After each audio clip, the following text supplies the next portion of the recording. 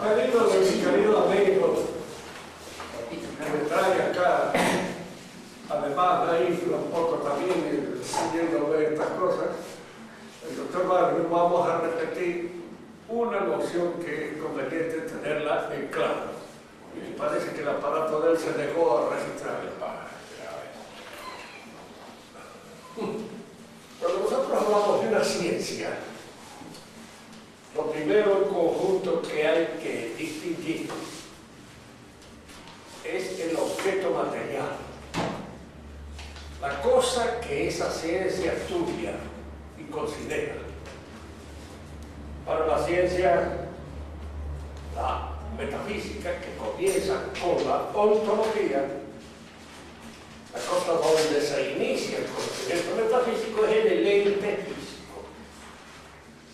Es decir, una cosa sensible, visible, que es la que afecta a nuestros sentidos y la que se pone en contacto con nuestra mente a través de los sentidos.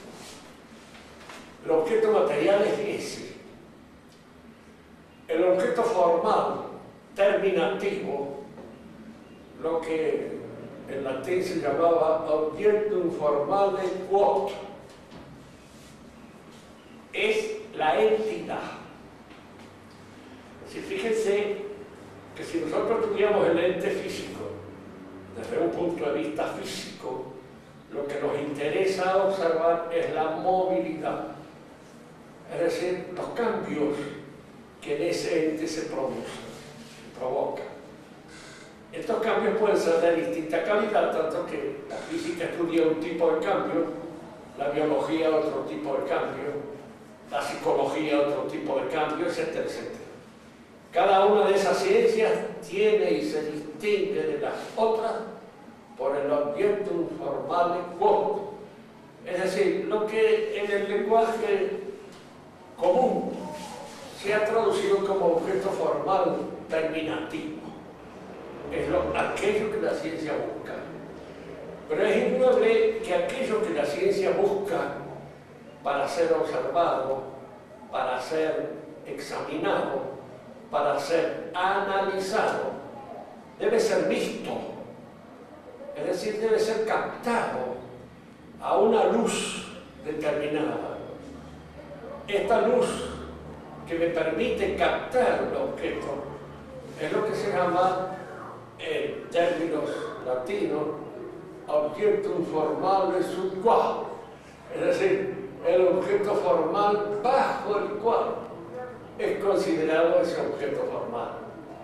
Es indudable que si yo quiero estudiar las distintas movilidades, cambios que se dan en el ente, lo que me permite observar estos cambios o esta movilidad siempre es la luz sensible. Fíjese que esto de la luz sensible es relativo porque puede ser una luz artificial, puede ser la luz natural, puede ser un aparato que me permite enfocar ese objeto, etcétera, etcétera. Esto es aquello que me permite observar las cosas.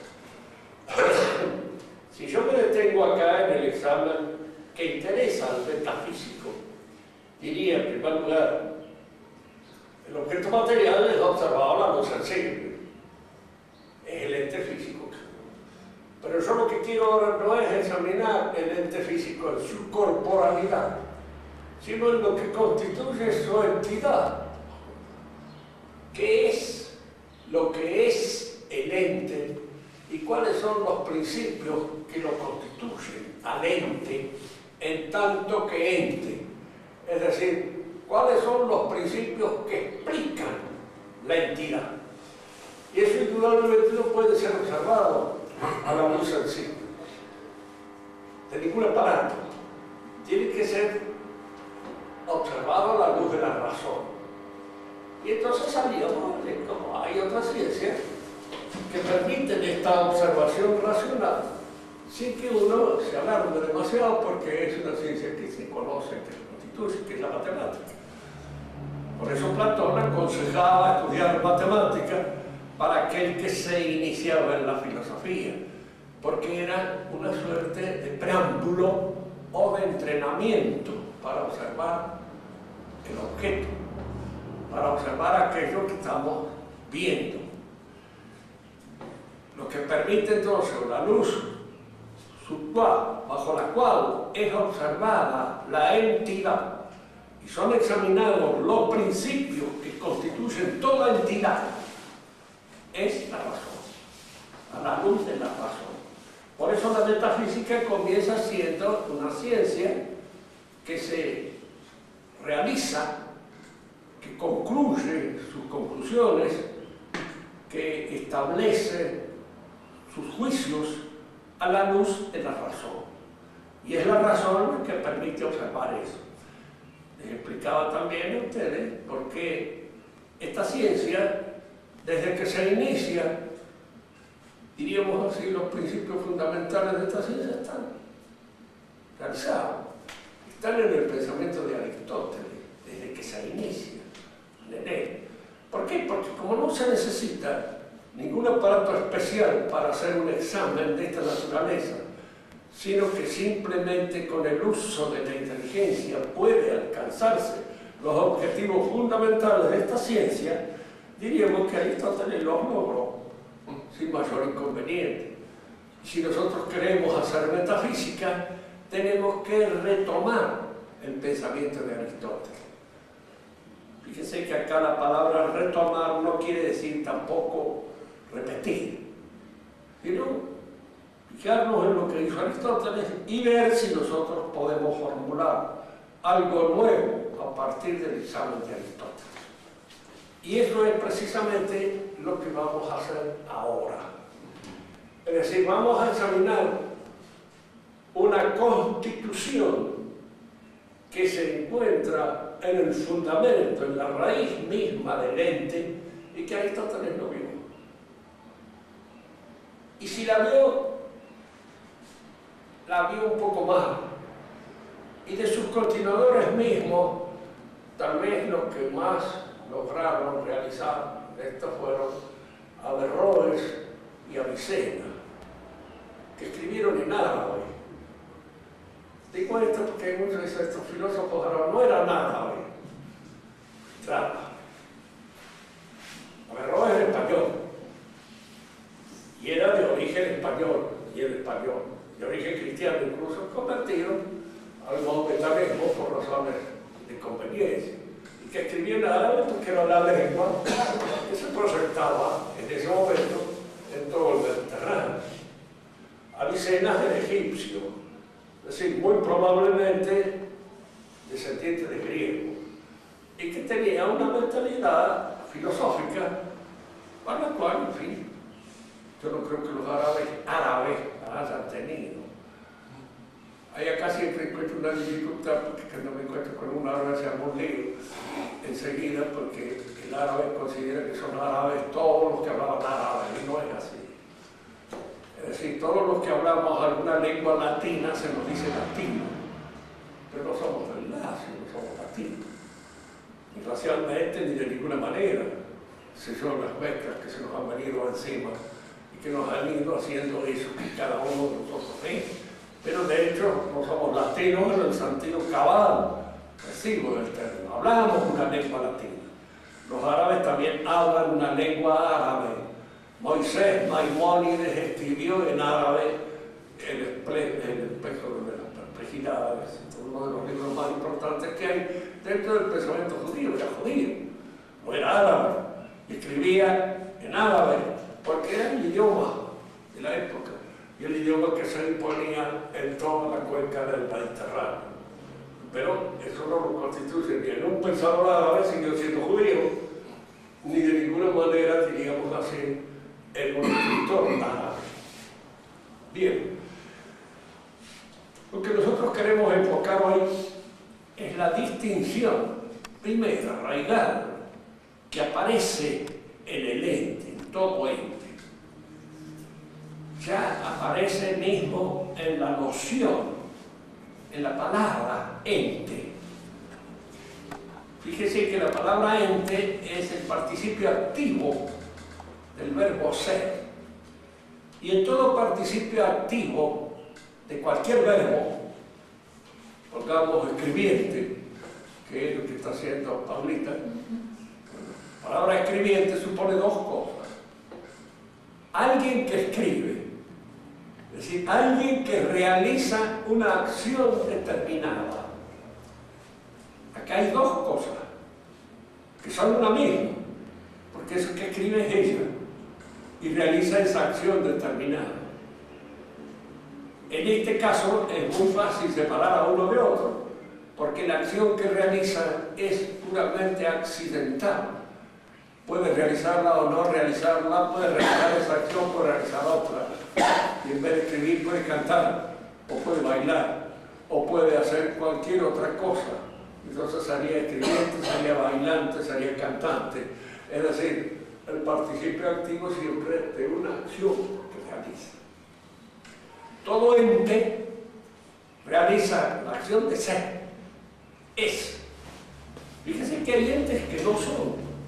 Y eso mismo permite distinguir mejor el ente que es y aquello que es puramente marcado por la inteligencia. Por ejemplo, un triángulo no es. Para decirlo en términos que nosotros entendemos mejor, no existe. Independientemente de nuestra inteligencia, porque es una definición pura y exclusivamente intelectual. Entonces no tiene ser, no realiza esta acción de ser.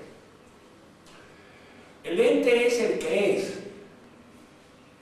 En ese sentido, este participio activo realiza la acción de ser.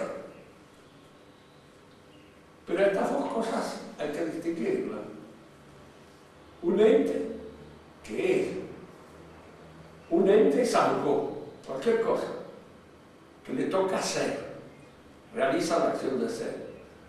Cuando el escribiente lo examinamos nosotros y vemos que las dos cosas pueden ser pensadas separadamente.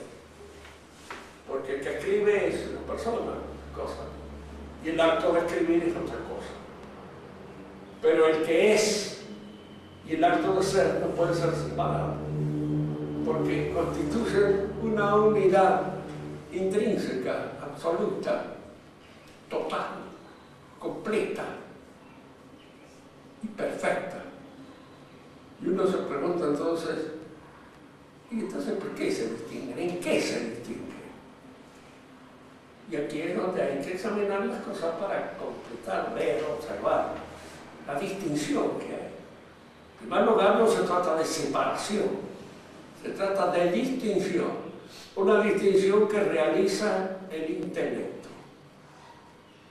El que es hace un acto de ser que lo constituye.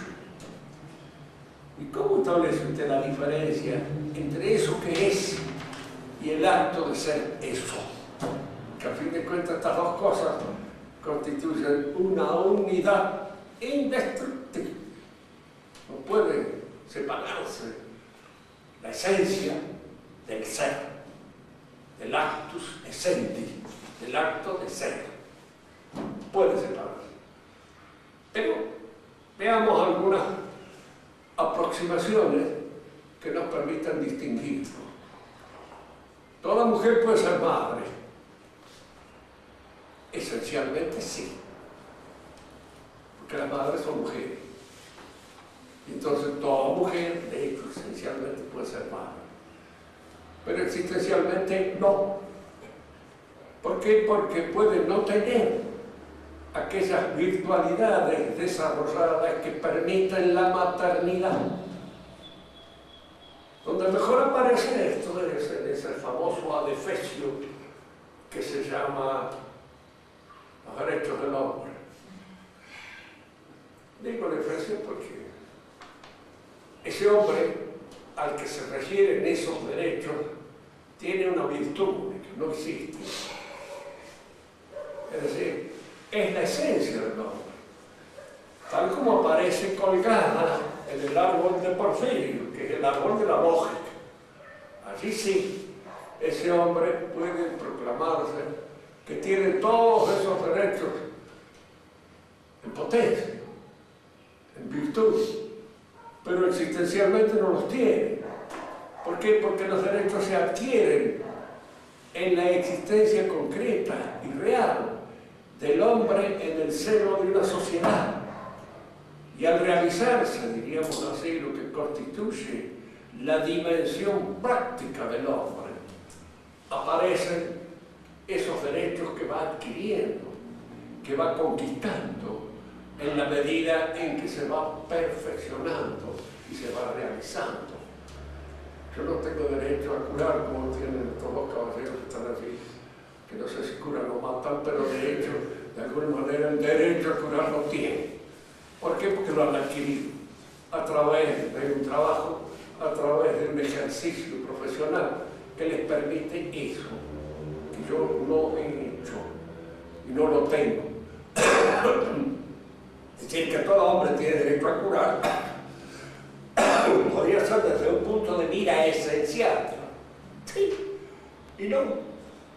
Sí, porque sí, la virtualidad puede estar en todo hombre, pero la actualidad, la realización concreta de la profesión, del ejercicio, de la capacidad no está, no. Está en aquel que la adquirió, está en aquel que la realizó. Todo hombre tiene derecho a una propiedad. Está en los derechos del hombre. Claro, y este no la tiene, ¿qué le pasó? Y bueno, pues no la adquirió, la conquistó.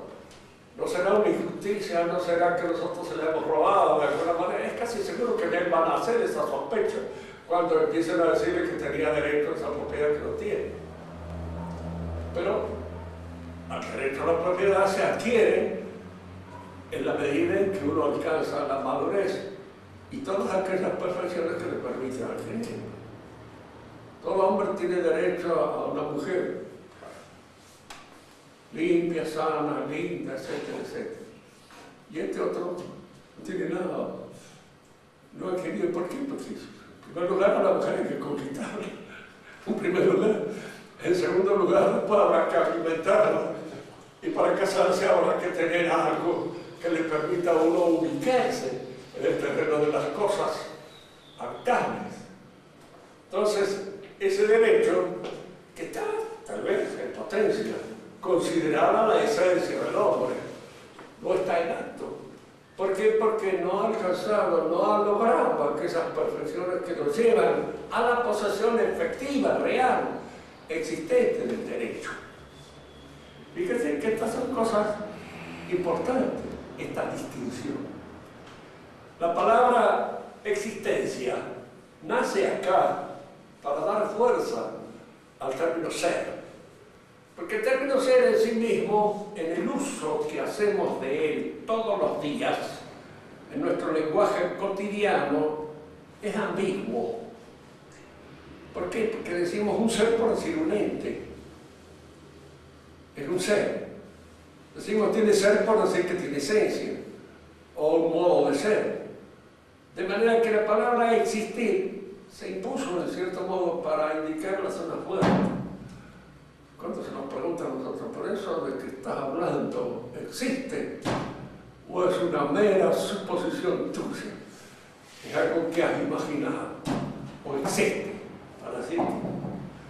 Ya les indicaba la vez pasada que la palabra existir, en el latín original, quiere decir nacer, brotar, surgir algo de una cosa.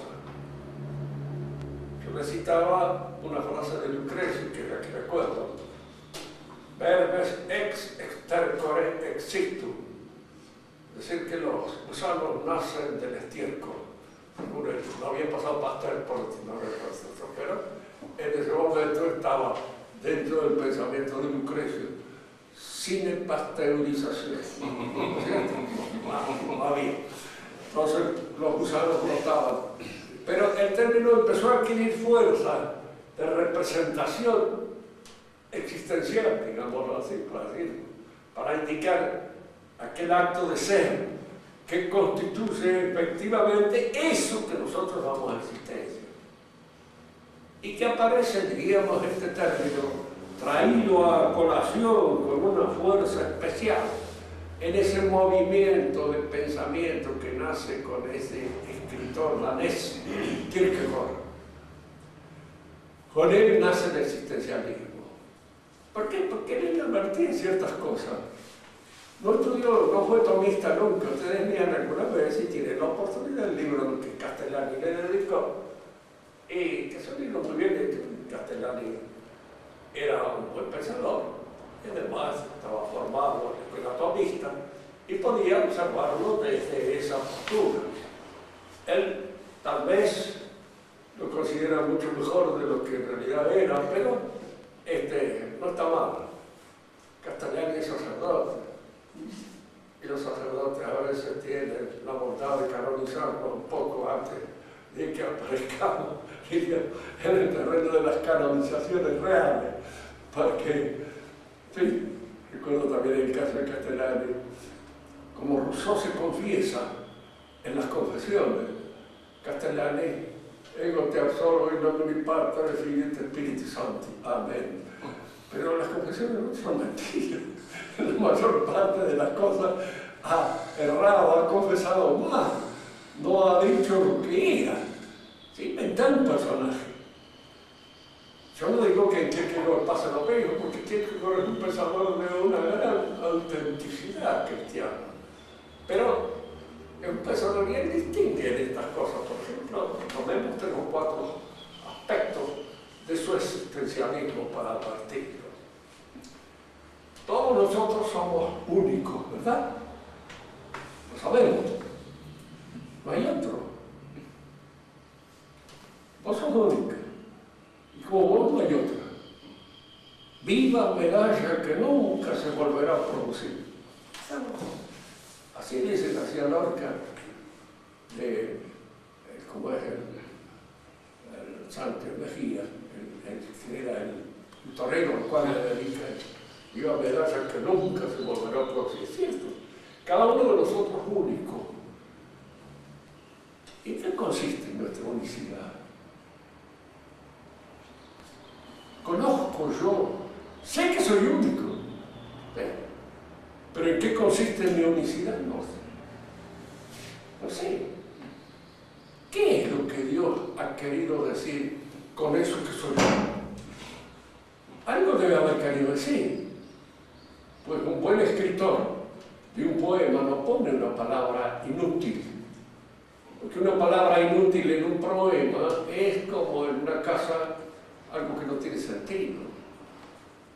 Algo que está allí como un ornamento puramente oficioso, sin cumplir ninguna cosa, porque lo veo así, cosas que para que entre en la luz, etcétera, etcétera, y todo eso cumplen función, ¿verdad?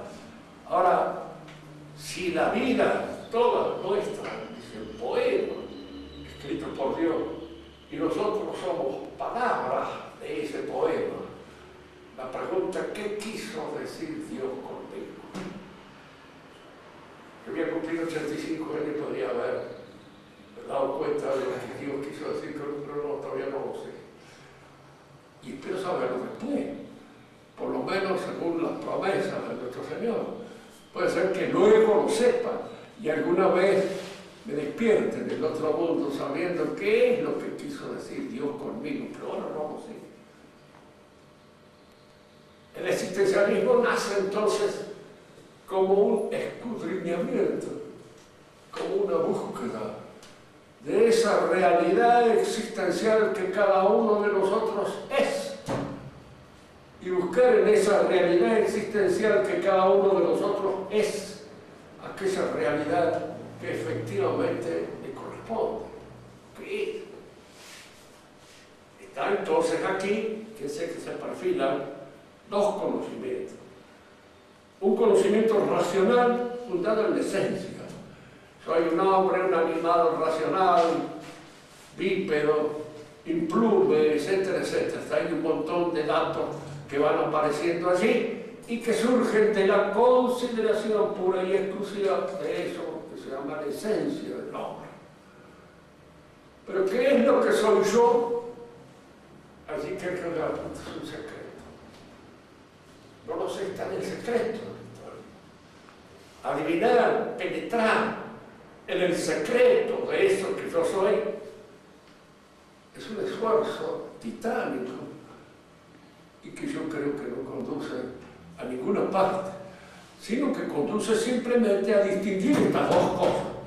Lo que soy por esencia, que está reflejado en una antropología, en una ciencia universal y necesaria, y lo que soy en mi realidad efectiva, concreta, existencial, que no está en ninguna parte, y que yo mismo lo ignoro.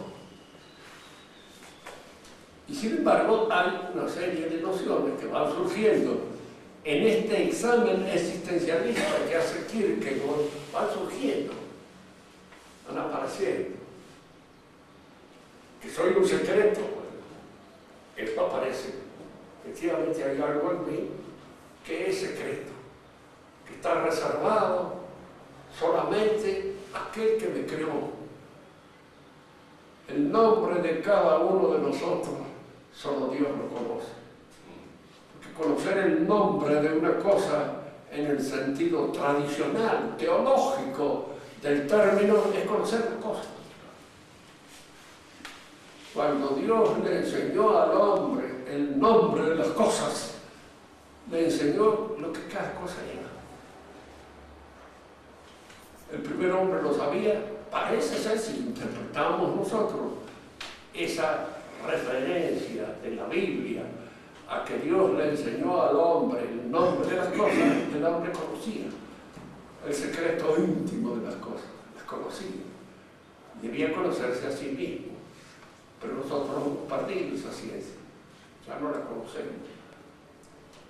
Yo les explicaba en alguna oportunidad y vuelvo a repetirlo ahora porque son cosas comunes, pero que vienen de alguna manera a confirmar estos acertos de la filosofía. El encantador de serpiente, que encanta a la serpiente, toca una nota determinada. A uno de ellos una vez le preguntaron, ¿qué dice esa nota? El nombre de la cosa. Ese es su nombre. Y fíjense que esto coincide con una cosa que es corriente. En el principio, el lenguaje era cantado. El hombre cantaba. Y en alguna medida este canto es el que da el sentido de las verdades, que son llamadas con un canto especial. Y en el caso de la serpiente también. Yo no sé de muchos otros casos, pero conozco hombres, he conocido, que tenían la capacidad de hipnotizar el caballo por gente. Pegaban un grito al caballo, un potro, en el corral lo paraban. Se le arrimaban con el bozal, lo embozalaban, cosa que uno no podía hacerlo ni por broma, y que lo paraban, lo llevaban, traían. ¿Qué es lo que hacían? ¿Qué virtud tenían? ¿Cómo se aproximaban a esa realidad de una manera tan absolutamente inédita y diferente a la que nosotros tenemos? Un secreto. De hecho, existen cosas así en la cultura hindú que indican que hay ciertos aspectos de la vida interior, como la transmisión del pensamiento, etc., que efectivamente se realiza, se efectúa entre nosotros. Se ha perdido esa relación, se han perdido esos conocimientos, han desaparecido, permanecen en ciertas tradiciones, en otras han desaparecido del todo. ¿Son posibles? Aparentemente parece que sí, porque de hecho estos que llamamos fenómenos parapsicológicos, para darles un término determinado, que se dan y existen. Hay hombres que efectivamente han visto levitarse o no. En el caso de un Santo Tomás, en fin, eso puede ser una gracia especial que yo le conceda. A Santa Teresa también le concedía. Muchas veces las monjas la vieron levantada varios centímetros y a veces casi metros del suelo, en estado de éxtasis. ¿Cómo se podía hacer? ¿De qué qué manera puede penetrarse el secreto del cuerpo? Y otra cosa que aparece en Kierkegaard que es interesante determinar es cómo en nosotros la decisión fundamental se realiza en el instante, dice él. ¿Qué es el instante? El instante es el tiempo que nos es concedido.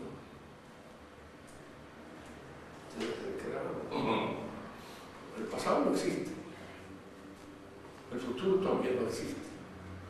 El único tiempo que existe, en el cual nosotros debemos elegir bien o mal, en función de la realización de nuestro rol, es ahora y nunca más.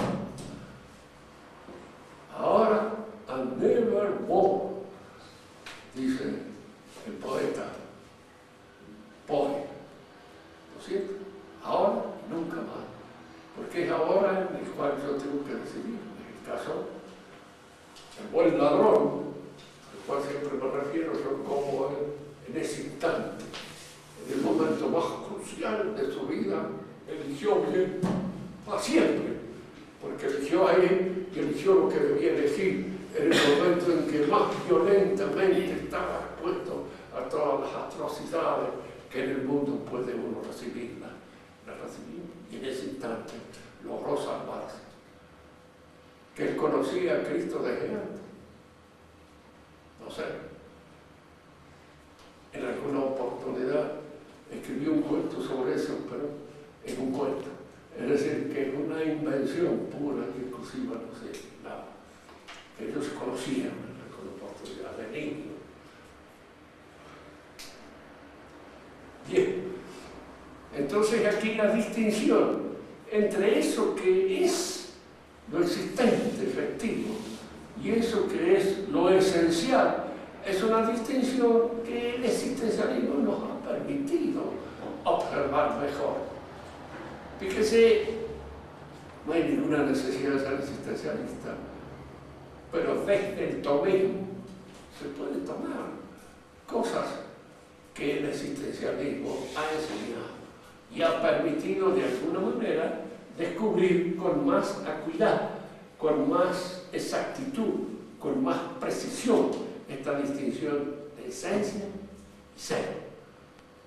Esta distinción entre el modo de ser, con todas sus virtualidades, y la efectiva concreción de esas actividades, de esas posibilidades, de esas virtualidades en el acto de ser, en el acto en que cada uno de nosotros es eso que es, porque nosotros somos eso que somos y que la antropología puede enseñarla, y somos eso que somos y que no hay antropología ni hay nada, nosotros mismos no sabemos. Que el único que puede saber qué es lo que somos es Dios, nuestro Señor, el que nos ha hecho. Arrimarnos a ese ser que es el que Él ha hecho en nosotros, eso es conquistar su plenitud. Por eso dice el rezo, ¿sí? Hágase tu voluntad así en la tierra como en el cielo. Hacer su voluntad quiere decir ser yo lo que Él ha pensado que yo tengo que ser. Pero de alguna manera, ¿puedo yo lograr eso con una cierta acuidad intelectual? No. Me arrimo. Llego hasta eso. En cierto modo lo intento. Y al intentarlo hago un esfuerzo que tendré en cuenta allá cuando llegue el momento, digamos, en que tenga que yo dar cuenta de mis pasos en la tierra. Bien, entonces hay una distinción entre ser y esencia. La esencia es el modo de ser de una cosa. Esto es una vaca, esto es un caballo, esto es un piano, esto es una pared, esto es una casa. Esto está constituido de su esencia. Y el ser es el acto por el cual esa pared, ese caballo, esa vaca, ese hombre, existen efectivamente, se dan. Y hay aquí, a veces, como la plenitud que corresponde a la esencia no está totalmente conquistada en la existencia. Porque es en la existencia donde nosotros, digamos así, fracasamos y no realizamos todo aquello que debiéramos ser, todo aquello que en alguna medida constituye la plenitud de nuestro ser. Hay distinción, entonces, el ente está compuesto de actos de ser o existencia, si queremos llamarle así, para emplear el término común, y modo de ser o esencia. ¿Se entiende esto, verdad? Bien. Punto. Pasemos a otra distinción. Ahora examinamos el modo de ser de una cosa. Su modus essentium, su esencia. Y en esta esencia encontramos otros dos principios que se dan también efectivamente en la realidad. Y es la forma y la materia. Fíjese, ¿qué es la forma? Lo que determina el modo de ser de una cosa, lo que determina su esencia, lo que hace que esto sea esto que es. En el hombre lo que lo hace hombre. ¿Y qué es lo que nos hace hombre? El alma racional. ¿No es cierto? Este es fundamental, porque a veces nos equivocamos nosotros concediendo, es muy natural que el hombre ande desnudo, por ejemplo. Así se nos lo edita. Es natural, ¿no? ¿Verdad? Al contrario, el vestido es un artificio. ¿Y qué podemos decir nosotros frente a eso? Que en el hombre lo natural es lo que responde a las exigencias de su razón, no lo que responde a las exigencias de otra impulsividad inferior, no es su razón. A veces entre los alumnos, que hay niños, hay muchachos grandes, hay muchachas, y hay, por supuesto, una cierta malevolencia dando vueltas en el aire. El hombre, ¿qué es lo natural de su relación con la mujer? Pues para responder a las exigencias de su naturaleza es racional y su naturaleza es social, no es una mónada suelta que anda por ahí. De manera que el acto en que se relaciona fundamentalmente con la mujer tiene que ser un acto que nazca de toda su naturaleza, de las exigencias de su naturaleza. Y las exigencias de su naturaleza son las que imponen su sociabilidad. Por eso el matrimonio es una cuestión que interesa a la sociedad y que le interesa al hombre en el sentido social del término.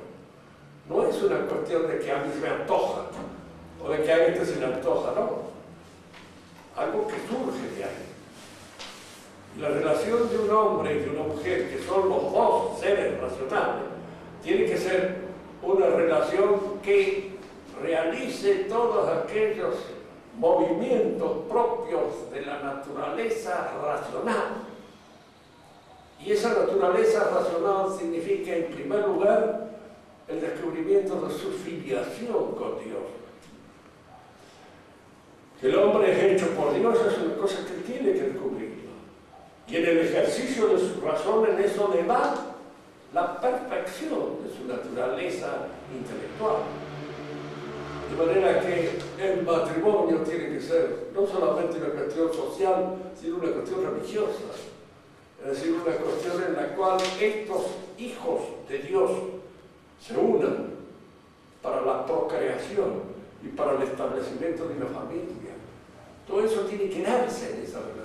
Si eso no se da, la relación es frustrante. Por eso estas cosas que hay ahora de la familia asistida, lo que hay en la fornicación asistida, eso aparece, diríamos así, como un elemento en la cual el Estado o la misma universidad ahora aparece como coadyuvando a efectivamente la realización de un vicio, que no es natural. Ellos le dirán es natural, porque es natural estar desnudo, no. No es natural. ¿Por qué? Porque el hombre exige a su naturaleza y a los actos rudamente fisiológicos de su naturaleza una incorporación al orden espiritual.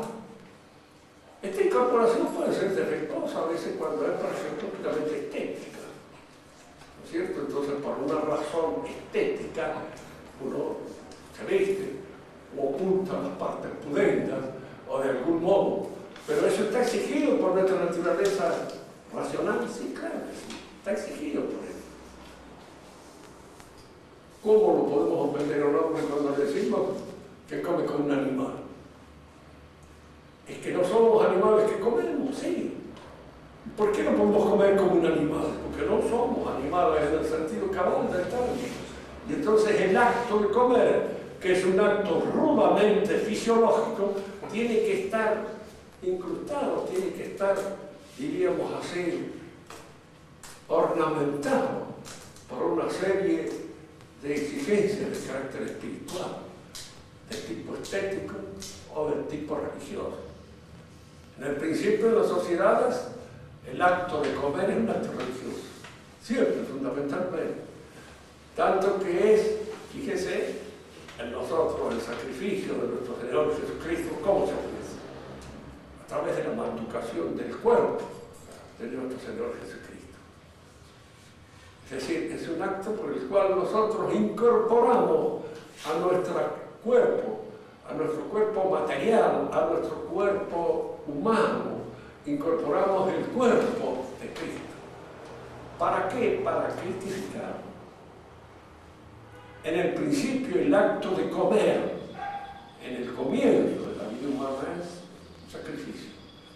¿Por qué? Porque es algo de la realidad que se anula para incorporarse a nuestra realidad.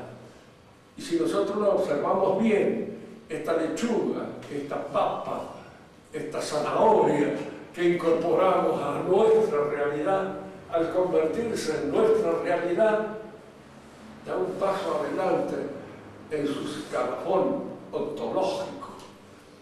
Se hace hombre, se convierte en hombre, y al convertirse en hombre se hace espíritu, y al convertirse en espíritu se aproxima a Dios, el creador de todas las cosas. Este es el sacrificio antiguo, por el cual las cosas que se proveen en la realidad inmediata, que están a la altura, diríamos así, de lo vegetal o de lo animal, se incorpora a nosotros y se reifica, se realiza más perfectamente. Piensen en esto ustedes.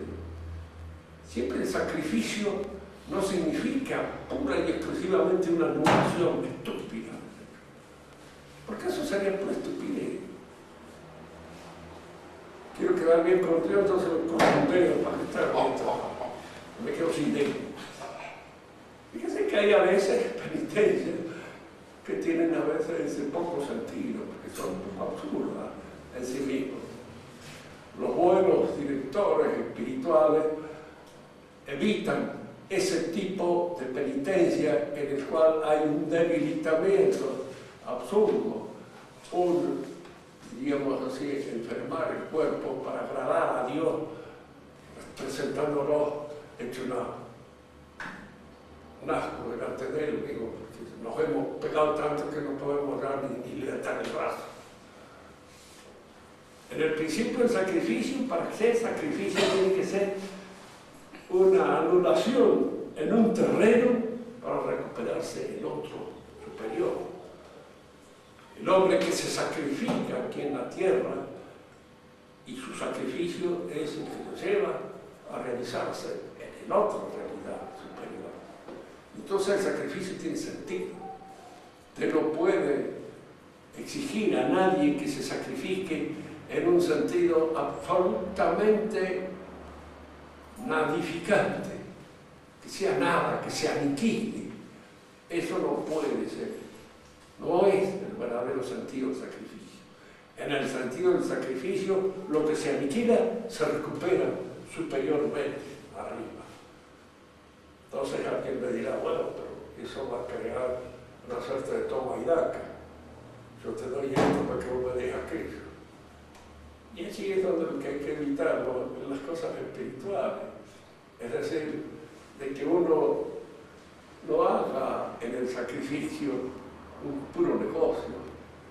Que uno se dé cuenta de que el sacrificio es una recuperación más alta, pero al mismo tiempo eso debe darse con un espíritu en el cual no intervenga esta toma y daca del negocio. Porque a veces en la formación espiritual de cada uno de nosotros es un poco difícil conseguirlo, porque el alma del negocio está a veces en nosotros. Yo entrego esto para recibir aquello otro, y eso no, porque cuando lo hagamos así no hemos entregado nada, ni probablemente recibamos nada. Estamos en una situación, diríamos así, comercial, pero no en una situación de sacrificio religioso. El nuevo sacrificio, que el que entra con Cristo, es al revés del viejo sacrificio. Porque ahora el alimento que se nos ofrece, en vez de elevarse hacia nosotros para participar de la vida del Espíritu a través del hombre, nos eleva hasta Dios mismo, haciendo que seamos nosotros los que nos cristifiquemos y no Cristo el que se personalice en cada uno de nosotros. La zanahoria se hace hombre, sube hasta nosotros, pero cuando recibimos el cuerpo de Cristo, somos nosotros los que subimos hacia Él y no Él el que sube hacia nosotros. Y por eso se llama, esto es el nuevo sacrificio que será hecho por vosotros para el perdón de los pecados, etcétera, etcétera. En la religión es donde el hombre alcanza la máxima estatura. A veces, y uno dirá, bueno, ¿en qué consiste esto? Porque a veces nos entretenemos en las puras palabras y nos parece que esto no es nada más que retórica. Es decir, esa retórica que hacen los diputados o los senadores nacionales que hablan del honor de acá, de allá, cuando han tenido nunca ni una pizca siquiera de ese honor ni de esa nada. Una cosa es la retórica y otra cosa es la realidad. Si nosotros tenemos que ser justos, debemos comenzar para ser justos con Dios. Y para ser justos con Dios hay que hacerle el tributo que Dios ha propuesto para que se sea justo con Él. Y esta es la verdadera religión. Y aquí es donde nosotros lamentamos disentir a veces con el Papa, se nos culpa de que no le hacemos caso. Esa es una culpa absurda, porque no es así la cosa. Nosotros lo que quisiéramos es que el Papa fuera un santo y en cierto modo hiciera todo aquello que corresponde a su función papal. Pero cuando el Papa dice que tenemos el mismo Dios que Mahoma, el mismo Dios que los judíos, el Papa se olvida en primer lugar de que nuestro Dios es trino y el de Mahoma no, y que entonces no es el verdadero Dios. El que de los judíos también se han olvidado de la Trinidad, que se han olvidado del Hijo y no lo han tenido en cuenta de ninguna manera para mantener su relación arcaica con Dios. Entonces no tenemos el mismo Dios, y en toda religión donde no se dé como elemento formal determinante la gracia, no es una religión. Están en gracia los mahometanos, están en gracia los judíos, están en gracia los incrédulos, están en gracia los masones. No. Y entonces, ¿cuál es el verdadero acatamiento de la justicia de Dios? Estar en gracia y presentarse en gracia delante de Dios. Y para eso hay que estar en gracia. Y para estar en gracia hay que estar en la religión verdadera que ha sido revelada por Dios mismo y ofrecida a través del sacrificio del Dios que se ofrece en la misa. Esto pertenece ya a todo lo que constituye nuestro aparato existencial. El hombre es un animal racional, evidentemente. Y las exigencias puramente humanas son las que nacen de ese impulso racional de la naturaleza. Es natural que el hombre, qué sé yo, si tiene ganas de orinar, lo haga en cualquier parte. Bueno, aparentemente puede ser natural, ¿cómo no? Pero lo natural en él es lo que obedece a su razón, es lo que obedece a su naturaleza más alta. Fíjese que en el maometanismo el hombre se eterniza por lo más bajo. ¿Qué es lo que se le ofrece del cielo a los hombre? La guría, a los que tienen gustos ortodoxos, y algunos muchachitos a los que tienen gustos heterodoxos. Se le ofrece tal y coral. Leído, lo he visto. Y entonces lo que allí se eterniza es lo que en el hombre perece. Es lo que está en la vida baja del animal.